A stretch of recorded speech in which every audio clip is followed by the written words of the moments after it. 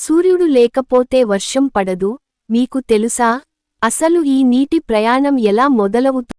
సూర్యుడు లేకపోతే వర్షం పడదు, మీకు తెలుసా?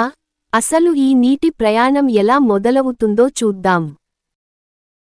సూర్యుడి వేడి వల్ల సముద్రాల్లోని నీరు ఆవిరి లేదా వాటర్ వేపర్ గా మారుతుంది. దీన్ని ఇవాపరేషన్ అంటారు. ఒక టీ కెటల్ నుంచి వచ్చే ఆవిరిని గుర్తు తెచ్చుకోండి. సూర్యుడు మన భూమిని కూడా అలాగే వేడి చేస్తున్నాడు.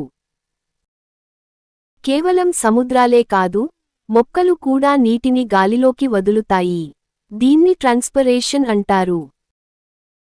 ఇక్కడ చూడండి, మొక్కల ఆకుల నుంచి నీటి ఆవిరి ఎలా బయటకు వస్తుందో, దీన్నే మనం ట్రాన్స్పిరేషన్ అంటాం.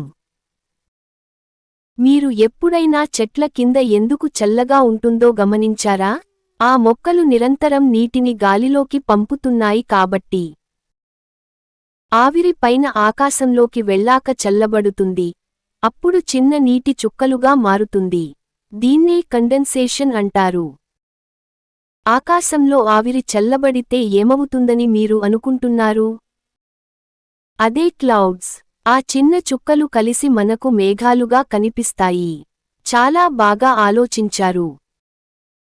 మేఘాలు నీటి చుక్కలతో బరువుగా మారి, వర్షం లేదా మంచు రూపంలో నీటిని కిందకు పంపుతాయి.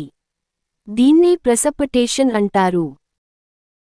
ఈ చిత్రంలో చూడండి, మేఘాలు ఎలా భారీగా మారి వర్షాన్ని కురిపిస్తున్నాయో. ఇది మనకు చాలా ముఖ్యం.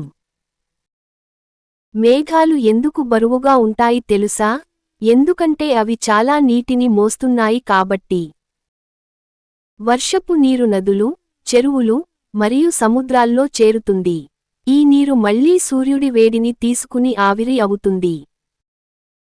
అంటే ఈ నీటి ప్రయాణం ఎప్పుడూ ఆగదా? అసలు ఈ చక్రం ఎలా తిరుగుతుందో ఒకసారి ఆలోచించండి. సూర్యుడి వేడితో నీరు ఆవిరి అవ్వడం, మేఘాలుగా మారడం, వర్షం పడటం, మళ్లీ సముద్రాల్లో చేరడం.